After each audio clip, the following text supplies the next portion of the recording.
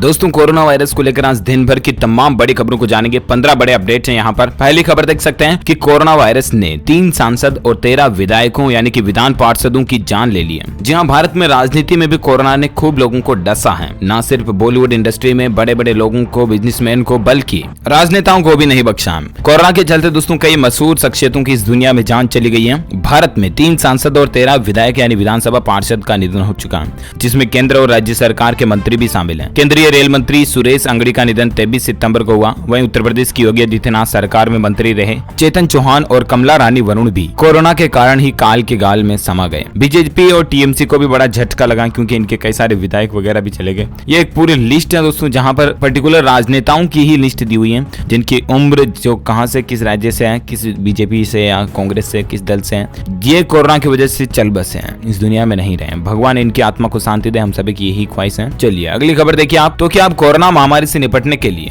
भारत में अमीर लोगों पर लगेगा ज्यादा टैक्स? जी हाँ, दरअसल दोस्तों अमेरिकी अर्थशास्त्री और नोबेल पुरस्कार से सम्मानित जोसेफ ई स्टिग्लिट्ज ने सोमवार को कहा कि अगर भारत सरकार कोविड-19 महामारी का मुकाबला करने के लिए जरूरी धनराशि जुटाने में असफल है तो उसे सबसे अमीर लोगों पर टैक्स लगाकर संसाधन जुटाने चाहिए। उन्होंने कहा कि भारत सरकार को महामारी पर नियंत्रण और कमजोर वर्ग की मदद के लिए खर्च करने से पीछे नहीं हटना चाहिए। स्टिग्लिट्ज ने फिक्की द्वारा आयोजित एक कार्यक्रम में कहा कि धनराशि को कम असर वाले क्षेत्रों की जगह अधिक असर वाले क्षेत्रों में खर्च करना चाहिए और यदि आपके पास संसाधन नहीं है तो टैक्स बढ़ाइए क्योंकि आपके भारत यहाँ पर बहुत से अरबपति हैं। बीते दिनों भारत में सर्वाधिक धनी लोगों पर कोविड कर लगाने को लेकर भी काफी बहस हुई थी, यानी कि कोविड टैक्स अलग से कोरोना टैक्स जो है वो अमीर लोगों पर लगा लिया जाए। ये भी दोस्तों आखिर अमेरिका के अर्थशास्त्री हैं, इकोनॉमिस्ट हैं और नोबेल पुरस्कार से सम्मानित भी हैं। इनका नाम है जोसेफ ई स्टिग्लिट्ज। तो इन्होंने राय दी है भारत सरकार को, ठीक है ना। अब दोस्तों अगर इंडियन गवर्नमेंट इनकी राय को एक्सेप्ट कर लेती है और वाकई में इनके सुझाव के अनुसार कदम उठाती है तो जाहिर सी बात है अमीर लोगों पर, जो रईस की औलादे हैं, जो मोस्ट अरबपति करोड़पति आदमी हैं, उन पर सरकार टैक्स ज्यादा लगेगी, राइट। हालांकि इतिहास गवाह है, कई बार अमीरों पर टैक्स लगाने की मांग उठ चुकी है।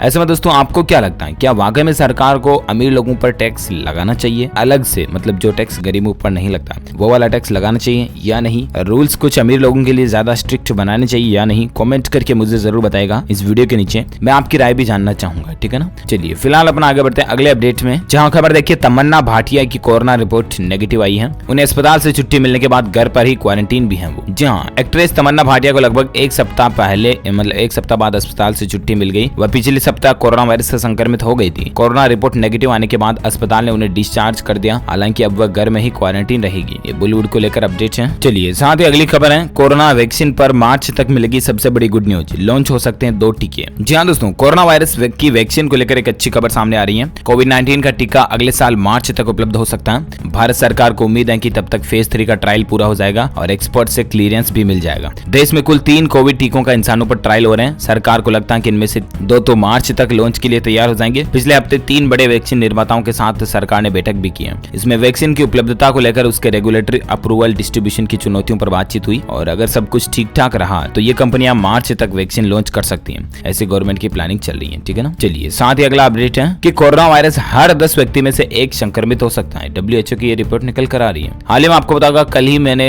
आपको एक खबर बताई थी दोस्तों की कोरोना को लेकर जो है ना, दुनिया में हर 10वां इंसान कोरोना पॉजिटिव है, ऐसा WHO के एक्सपर्ट्स कह रहे हैं, ठीक है ना। और WHO के इस बयान पर एक्सपर्ट की चिंता भी बढ़ गई है। देश भर के डॉक्टर और मेडिकल फील्ड में मानो एक हड़कंप सा मच गया, क्योंकि विश्व स्वास्थ्य संगठन ने सोमवार को अपने एक बयान में कहा था दोस्तों की दुनिया में हर 10वां इंसान कोरोना वायरस से संक्रमित हो सकता है। WHO के इस दावे पर भरोसा करें तो इस वक्त पूरी दुनिया में कोरोना मरीजों की संख्या पॉजिटिव पाए गए कुल मरीजों की संख्या से तकरीबन 20 गुना ज्यादा हो सकती है। इसके अलावा WHO ने कोरोना की त्रासदी से भविष्य में हालात ज्यादा बदतर होने की चेतावनी भी दी है। WHO ने अपने आपात कार्यक्रमों के प्रमुख डॉक्टर माइकल रियान ने कहा दोस्तों की ये आंकड़े गांव से शहरों तक अलग अलग हो सकते हैं, विभिन्न आयु वर्ग के हो सकते हैं, लेकिन इसका स्पष्ट मतलब यही है कि दुनिया की अधिकांश आबादी इस जोखिम के दायरे में आ चुकी है और एटलीस्ट इसका मतलब यही है दोस्तों कि हमको ज्यादा संभल कर चलना होगा, राइट। हमको ज्यादा अलर्ट रहकर चलना होगा। मास्क लगाएं आप जरूर, सोशल डिस्टेंसिंग बनाए रखें, सैनिटाइजर वगैरह का यूज करें और अपने परिवार का ध्यान रखें, है ना। चलिए अगली खबर दोस्तों की, कोरोना के इलाज के बाद व्हाइट हाउस लौटे डोनाल्ड ट्रंप। वीडियो जारी करके कहा कि मैं अच्छा महसूस कर रहा हूं। जी हाँ, अमेरिकी राष्ट्रपति डोनाल्ड ट्रंप इलाज के बाद अस्पताल से व्हाइट हाउस लौट आए। ट्रंप को अगर आगे इलाज की जरूरत होगी तो उन्हें व्हाइट हाउस में ही मिलता रहेगा। राष्ट्रपति चुनाव को लेकर डोनाल्ड ट्रंप व्यस्त थे और इसी बीच वे कोरोना से संक्रमित भी हो गए थे। इसके बाद उन्हें वॉल्टर रीड अस्पताल में भर्ती किया गया था। उनकी पत्नी मेलेनिया ट्रंप भी कोरोना पॉजिटिव पाई गई थी, लेकिन वे अस्पताल में भर्ती नहीं हुई थी। व्हाइट हाउस लौटने के बाद ट्रंप ने एक वीडियो जारी किया और इसमें में उन्होंने एक बार फिर दोहराया कि इस वायरस को अपने जीवन पर हावी न होने दें। उन्होंने वोल्टर रीड हॉस्पिटल के डॉक्टर्स और नर्सेज का शुक्रिया अदा किया। राष्ट्रपति ने कहा कि अस्पताल में कोरोना वायरस के बारे में उन्होंने बहुत कुछ जाना है। हमारे पास सबसे बेहतरीन मेडिकल की सुविधा है, इसलिए इससे डरने की जरूरत नहीं है। उन्होंने कहा कि वे अच्छा महसूस कर रहे हैं। तो ये डोनाल्ड ट्रंप का स्वास्थ्य अपडेट है। इसके अलावा राजधानी दिल्ली में कोरोना वायरस के 1947 नए मामले सामने आए। 32 लोगों की मौत भी हुई। रिकवरी रेट 90% से ज्यादा चल रहा है। राजधानी दिल्ली में रिकवरी रेट काफी अच्छा चल रहा है, राइट। और जो कि इस बात की ओर इशारा करता है दोस्तों कि ये वायरस अब कमजोर हो चुका है। स्वास्थ्य विभाग की ओर से जारी हेल्थ बुलेटिन के मुताबिक अब तक दिल्ली में कुल 2,92,560 लोग संक्रमित हुए हैं, जिनमें से 2,63,000 से भी ज्यादा लोग तो स्वस्थ हो चुके हैं। सोमवार को संक्रमण से 32 मरीजों की मौत हुई, जबकि 1947 नए कोरोना संक्रमित मरीज मिले। वहीं कुल 5542 लोग संक्रमण की चपेट में आने से अपनी जान भी गंवा चुके हैं। तो फिलहाल ये कुछ मसला चल रहा राजधानी दिल्ली में, है ना। भारत में कुल कितने आंकड़े हो चुके हैं तो मैं आपको आगे अपडेट बताऊंगा थोड़ा। खबर देखिए कि कोरोना के आंकड़ों में तेजी से गिरावट आ रही। 24 घंटों में महज 61,000 ही नए मामले देखे गए। जी हाँ, भारत में बढ़ते कोरोना संक्रमित मामलों के बीच एक अच्छी खबर आई है। कई बार दोस्तों पिछले 24 घंटों के दौरान 80,000 90,000 के लगभग भी मामले बढ़े थे, राइट। लेकिन अब एक राहत की बात देखिए, अभी पिछले 24 घंटों में 61,000 ही बढ़ोतरी हुई, जबकि 884 की ही मौत हुई। तो ये वाकई में अच्छी बात है। भारत में अभी कुल कितने संक्रमित हो चुके हैं तो मैं आपको बता दूं, भारत में अभी एक्टिव केस जो चल रहे हैं, मतलब कुल केस 66,85,000 हो चुके हैं, जिनमें से 9,19,000 एक्टिव केस हैं, यानी कि सक्रिय हैं, जिनका इलाज चल रहा है, ठीक है ना। और इनमें से 56,62,000 से भी ज्यादा लोग ठीक हो चुके हैं, इस वायरस से रिकवर हो चुके हैं, है ना। और इस वायरस से मरने वालों की कुल संख्या 1,03,569 से भी ज्यादा हो चुकी है, ठीक है। तो ये रहा कोरोना का ताजा आंकड़ा। और आइए नजर डालते हैं देश में कुछ और खबरों में, जहां अपडेट देख सकते हैं कि कोरोना से देश में पिछले 24 घंटों में मध्य प्रदेश, छत्तीसगढ़ समेत 27 राज्यों में नए मरीजों की तुलना में ठीक हुए लोगों की संख्या ज्यादा रही है। ये भी भारत में अपने आप में एक अच्छी बात है दोस्तों। कोरोना पर अच्छी खबर देखने को मिली है। ये ग्राफ और आंकड़ा भी आप देख सकते हैं क्या कुछ स्टेटस चल रहा है। पिछले 24 घंटों का स्टेटस है, यानी कि आज हो गया मंगलवार, तो ये कल सोमवार से ही जो स्टेटस आंकड़ा का था वो अपडेट है, ठीक है ना। और अलग अलग राज्यों में क्या कोरोना का आंकड़ा चल रहा है तो इसकी लिस्ट भी आप देख सकते हैं। 6 अक्टूबर 12 बजे तक का आंकड़ा है ये। चलिए अगली खबर देखिए आप। दिल्ली के इस अस्पताल में आने वाला हर शख्स कोरोना मरीज से पूरी तरह स्वस्थ हो चुका है। जी हाँ, आखिर कौन सा अस्पताल है तो मैं आपको बता दूं, कोरोना की कोई वैक्सीन तैयार नहीं होने के कारण पिछले 6 महीने से अस्पतालों से अक्सर संक्रमितों की मौत की बुरी खबर सुनने को मिल रही है।